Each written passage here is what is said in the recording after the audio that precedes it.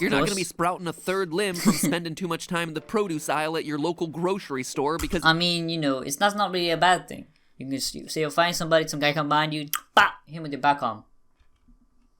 No? Okay. How the heck are we supposed to get any sort of food? Is it hopeless? No, actually. Tell me more about, please. It might seem kind of boring, but the solution is simple. Scrape away the contaminated soil. See, when the radioactive...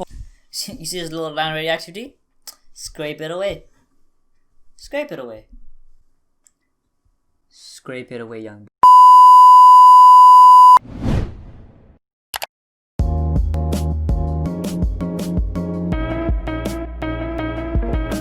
Yo guys, what is up this video? I'm reacting to Food Theory, what's safe to eat after a nuclear fallout, alright? I'm not gonna lie, I don't know how this is gonna help you in real life, but in case you're actually in a nuclear fallout, this will actually help you. But if you're not, well, this video is kind of useless, unless you want some entertainment, you know, I'm not funny? Okay, I see how it is. I'm just gonna kill myself now. Let's just get into the video. We're running low on supplies. Looks like I'll have to forage for food. Aha! Are you sure you should be eating that? Ugh. I know it looks weird, but it's glowing honestly, chicken. It just tastes like radioactive chicken. Matthew, it is radioactive chicken. Oh, sorry about your leg. Nah, don't worry about it. It came pre-cooked. I do just grew like 7 legs. That was great. Why is it? Yeah, but down the line is shit. Hello, Internet. Welcome to Tasty Food Theory, here to help you watch your post-apocalyptic wasteland. Loyal theorists, I'll come clean right off the bat. Today's episode was inspired by a video game. More specifically, it was inspired by the cooking mechanic within that video game. See, in Fallout 4, there's this really unique food situation at play that I can't really stop thinking about. You're living in the wake of nuclear war, and you have to feed yourself. Basically, the game lets you take all the radioactive food and completely remove the radiation from it by cooking it over an open flame. Raw rad rat meat? That's gonna hit you with 2 rads of radiation. But a cooked rad rat meat steak? Now you're good to go with no problems whatsoever. Such is the power of cooking. Obviously, that's not how radioactivity works. Or is it? See, that's what got me theorizing on this topic today. I realize that there are plenty of resources out there that discuss prepping for the apocalypse, but as far as for the post-apocalypse, well, not so much. What happens when your shelves of canned peaches and corn run out? What food, if any, would actually be safe to eat in a radioactive post-nuclear fallout wasteland? How would a real-life sole survivor go about preparing a square meal while minimizing their radiation exposure? Because I don't know about you, but here in 2020, where every day it feels like we're inching closer and closer to the end of days, this is the stuff that I really want to know about. So today, we're exploring this explosive topic food theory style and vaulting right in. So how harmful is radiation? Turns out you have to be kind of specific when you ask this question, because there are a lot of different kinds of radiation. Broadly speaking, they can be separated into 2 categories: ionizing radiation and non-ionizing radiation. Putting it in simpler terms, you can think about these as high-energy radiation or low-energy radiation, or in even simpler terms, dangerous radiation and safe radiation. The basic idea here is that radiation travels in waves, and if that wave is carrying enough energy, it can cause damage on the molecular level. On the other hand, if it's low-energy, non-ionizing radiation, the radiation isn't going to be able to cause any sort of molecular damage. Safe kinds of radiation include things like radio waves, infrared light, visible light. Ionizing radiation, though, is a different story. X-rays, and that's the kind of dangerous radiation that you'd be worried about in a post-nuclear fallout world. It's associated with radiation sickness, which includes all kinds of nasty things like nausea and vomiting in the short term, and infections and bleeding and dehydration several days to weeks out. Radiation sickness can hit you fast, and it can hit you wrong. You could be displaying symptoms within a single hour, and those could last for several months. It can be fatal in the short term, and even if you manage to survive the short-term effects, you'll be at an increased risk of leukemia and other particularly deadly kinds of cancer. So suffice it to say, ionizing radiation is not the kind of thing that you want to be messing with, and it is definitely not the kind of thing that you want to be consuming into your body. So you might assume then that ionizing radiation bad means that food hit by ionizing radiation is also bad. But that's not exactly true. Why is that? What you really want to avoid is ionizing radiation hitting you. See, any object that emits radiation is said to be radioactive, and Yeah. any object or person that gets hit by radiation is said to be irradiated. Take sunlight, for example. The sun produces radiation that's strong enough to cause sunburns to our skin, but objects like beach sand or sunglasses Unaffected. that have been left out in the sun don't cause sunburn. So here's the takeaway here. Objects that have been hit by radiation are irradiated, but it doesn't necessarily mean that they're dangerous. So we can the eat all ones the food you we have want? to look out for Is that- are the ones that are I'm hearing emitting this, so, like, their you don't even own need to cook 'em then. radiation. The ones that are themselves radioactive. Radioactive food is going to be bad for all the reasons you would imagine it to be bad. If just being close enough to radioactive material is enough to do damage to your body, you can imagine it's going to be a lot worse when that radioactive material holding is something, you sitting get there cancer. in Imagine your stomach. like, eating that shit. Irradiated food, on the other You're gonna hand, is get actually totally safe to eat. Eating cancer food that's sweat. been hit by radiation, even the high energy, dangerous ionizing radiation, is actually shockingly common. In fact, if you live in the United States, you've probably eaten food that's been hit by ionizing radiation, not as a form of accidental contamination or anything, but as a way to intentionally make that food safer to eat. That same ionizing radiation that turns out to be so dangerous to humans is also dangerous to the organisms that cause foodborne illnesses. You've probably heard of salmonella and E. coli, things like that. Those are names of specific bacteria, and bacteria are living organisms that can be Chicken and, killed by ionizing radiation. cool. You can What? literally kill the bacteria that's on the food by blasting the food with radiation. The same is true of insects and all sorts of other little critters God, that might threaten the die. shelf life of food. Sorry, I don't like Irradiation insects. can be a great Ow. way to sterilize foods and allow them to be stored for years without refrigeration. And this is something that's already in widespread use across the real world. If you see this symbol on a food product, it means that it was treated using radiation. Now, that seems like it might be scary, right? But if you're Ah. freaking out about it, remember, we're not talking about radioactive food, we're talking about irradiated food, which is not radioactive. Of You're not course. going to be sprouting a third limb from spending too much time in the produce aisle at your local grocery store because I mean, you know, that's not really a bad thing. You can just say you'll find somebody, some guy come behind you, bah, hit him with your back arm. No? Okay.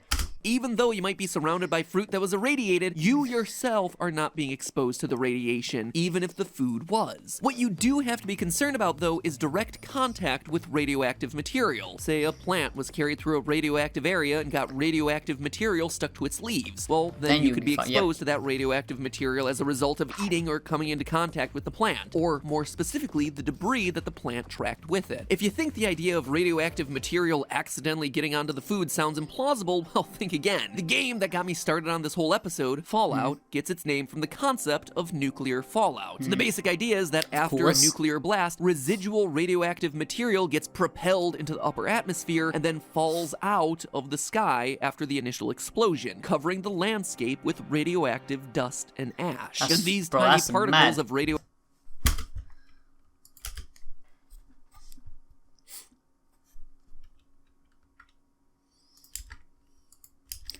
dust Imagine and ash thinking can you're become safe, a like, big whew, problem. we survived Some that. bits The of glory actually radioactive just lands material right in your are tongue. so small that they can slip into the crevices in your individual hairs. Yeah, your hairs have small crevices so tiny you probably can't see them, and radioactive dust can be even smaller than I can that. see 'em, Pro bro. tip, by the way, if you find yourself can, wanting to I'm not wash lying. radioactive dust out of your hair, better bet just shave off your head. You're not going to be able to get it all. Hopefully your hair grows back. And unfortunately, that radioactive fallout is the stuff that you have to worry about in a post-apocalyptic wasteland. Small radioactive bits that are so small, you're probably not going to see them. That radioactive fallout gets Just walking blasted around, into the just air when die. bombs go down, and when it comes down, it's going to cover everything. That's why you really, really want to be in your underground bunker when the bombs go off. Couldn't it Even slip if through the the blast cracks? I isn't mean, close to you, you can you go could through be your head. in I danger mean, just I from feel the like stuff it that's could. in the air. So keep the doors locked tight until the dust literally settles. So that's probably the biggest issue for a soul survivor looking to eat and survive in the long term. If nuclear fallout is rained down onto the soil itself, how on earth are you supposed to farm and get food? For an answer, we turn to the real world, specifically Chernobyl, the site of the Chernobyl. infamous 1986 nuclear accident that left over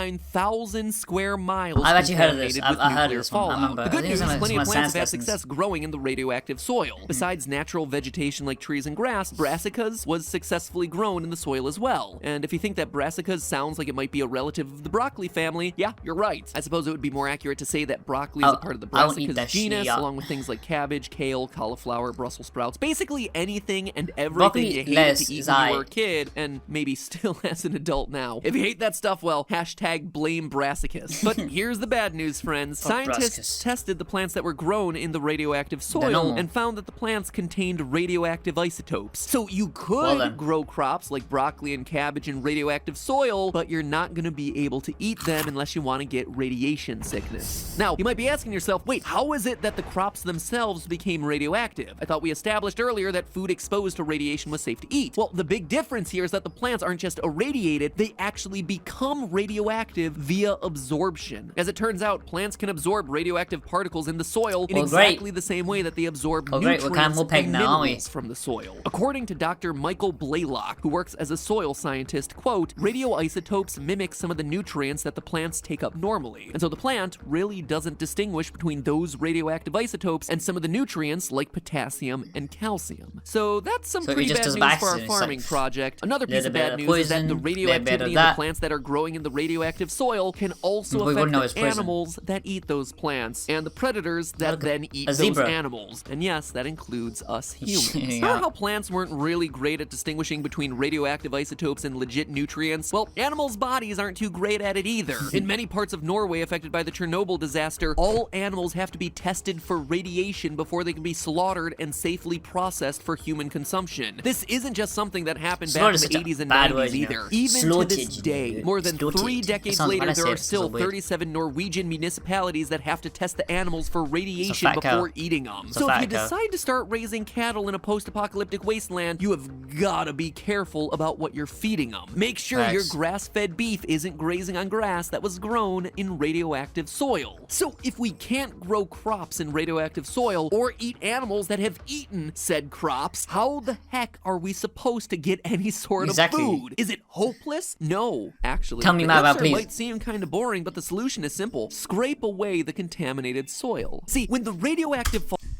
You see this little line of radioactivity? Scrape it away. Scrape it away. Scrape it away, young boy.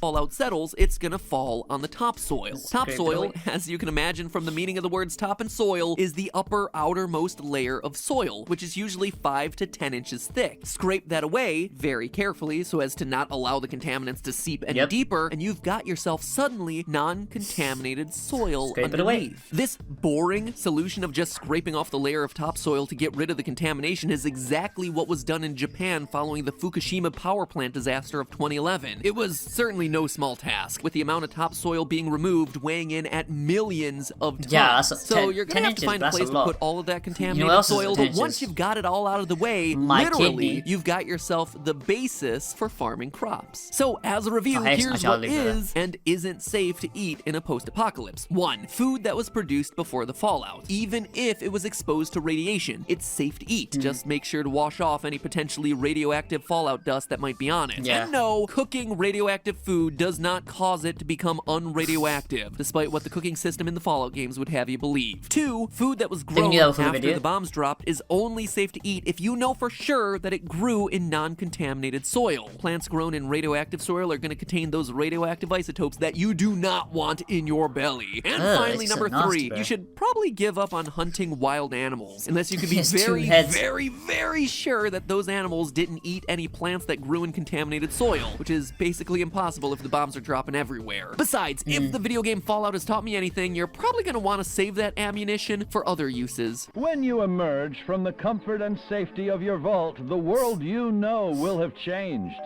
Take your friendly old neighbor Johnny. Hi, Johnny. Rather than coming over to borrow a cup of sugar, he may now be coming over Kill you. for murder. Yeah. That's right. Once the word gets out that you have this amazing topsoil-free farm underway, you'll likely have plenty of dinner guests stopping by. There's no shortage I'm of just getting ways to bullied. die in a lawless, radioactive wasteland, but survival begins with a balanced, radioactive-free diet. But hey, That's just a theory. A food I got it right this time. I didn't say public place. It's fine. And And I hey, just if you thought filmed. this episode was interesting, find out Don't worry, we're gonna end it. So, alright. If there is a nuclear fallout, which there probably will be in the near future, because 2020, anything can happen, alright? Anything. Don't eat food that's been contaminated. unless it's been grown before and the soil's, you just explained I don't need to say it because I obviously remember all of it. I do remember actually. If it's grown, then it lands, it's fine. Just cook it because that's what they do in the game, so it works, right? See you when listening. If you guys enjoyed the video, hit that like button, subscribe to the channel, check out the original video, and I'll see you guys in my next video. Peace.